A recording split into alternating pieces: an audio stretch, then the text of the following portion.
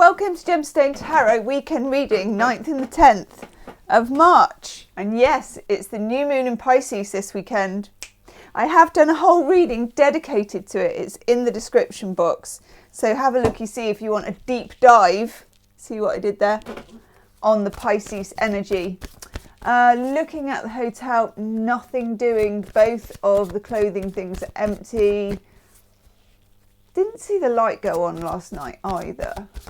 And nice man came with the litter picker and picked up all the student bin spillovers. So that was good. I'm counting that as a little miracle actually. Yeah, the way things are in the UK, that is a miracle at the moment. Oh, yes, okay. I'm taking 3 oracle cards first of all from Wisdom of the Oracle.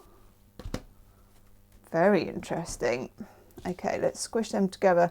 Then I'm going to use the Ocean Oracle because it's very Piscean and we're in that swishy energy, aren't we? Which is very, very nice. Okay.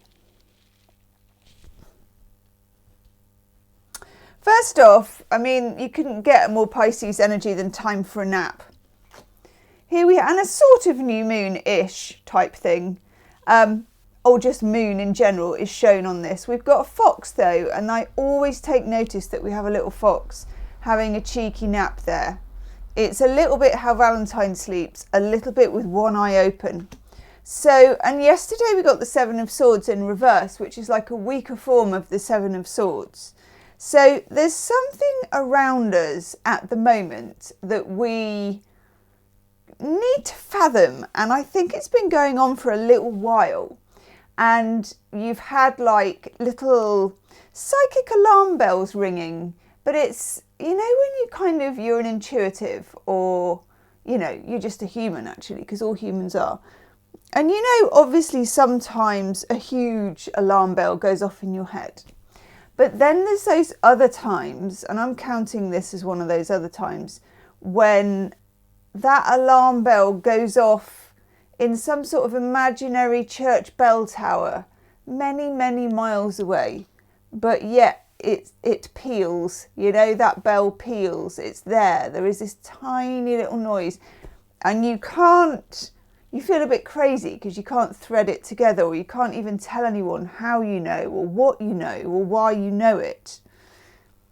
That is the energy that we're coming up to with this new moon in Pisces weekend. One of the best things you can do when confronted with the inability to kind of work out what on earth is going on, because that's what it is. It can make you, particularly if you're a person who likes an answer and a map, you know, this hasn't been available since sort of the end of January time. I'm thinking the whole of February has been this sort of slightly weird treasure hunt energy, but you don't know what the prize is. Okay, sometimes the best way to capture that or to work that out is to take a nap, which sounds redonkulous because you would think that you need to be getting out there, that you need to be quizzing something or someone or whatever, you need to be making something happen. This is not, this new moon, although it has the new moon energy of putting your wishes out to the universe, journaling and saying to yourself you already have X, Y and Z, you know, doing all the things you would normally do for manifesting during a new moon. When you do them, it's not going to feel like normal. It's going to feel like and I'm getting a general message which is really weird. It's going to feel like you're talking underwater and nobody can hear you. But it doesn't matter because the ocean can hear you and you're putting bubbles out there. It's weird. You may find, like I find, that your language is a bit blah, blah, blah, blah, or that you can't express yourself in the way that you want to. Take the weight off, take my permission, take your feet up, have a nap, have a daydream, let your brain go to strange places. The reason that there is a fox still on this is because you're not just knocked out zonk having a nap. You're kind of subliminally sleeping. You're getting into, you know, I don't understand it, but alpha waves and brains and all that stuff. You get into that bit where you're sort of sliding between being awake and being asleep. It's a very, very Neptunian place to be, and it's a very Neptunian state of mind. And if you sort of slip into that channel, it will become not obvious, but look, we'll get on to the next card. The truth will be told.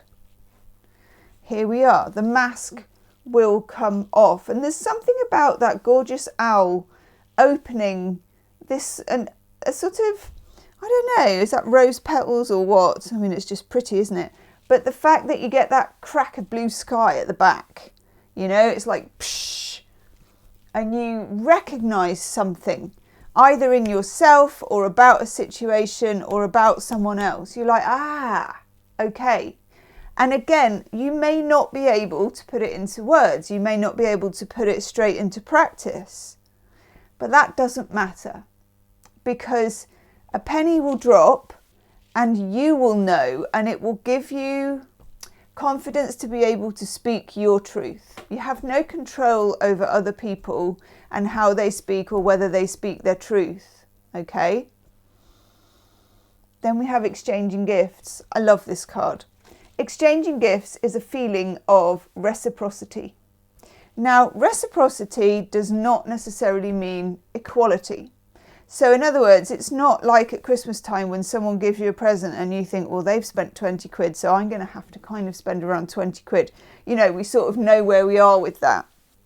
With exchanging gifts, it's, I am giving out this energy and they're giving out that energy. It may not be the same, it may not be equal, there's no comparison, but there is an energy exchange. Okay? If there isn't, and you find that you're always the one priming the pump, well, look out for the end of March when there'll be a full lunar eclipse, and you might find that that person, thing, idea or situation is eclipsed out completely at that point. Okay, let's have a look at the Ocean Oracle so that we can celebrate the Neptunian, Piscean, swishy, watery energy. Ooh, yes, we'll talk about this in a minute.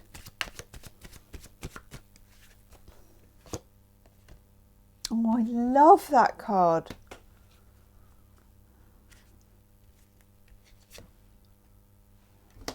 Ooh. And that one. Okay. That looks very pretty, actually. I might actually sort of keep it that way. That fits, doesn't it? Gorgeous oceany colours as well. Right.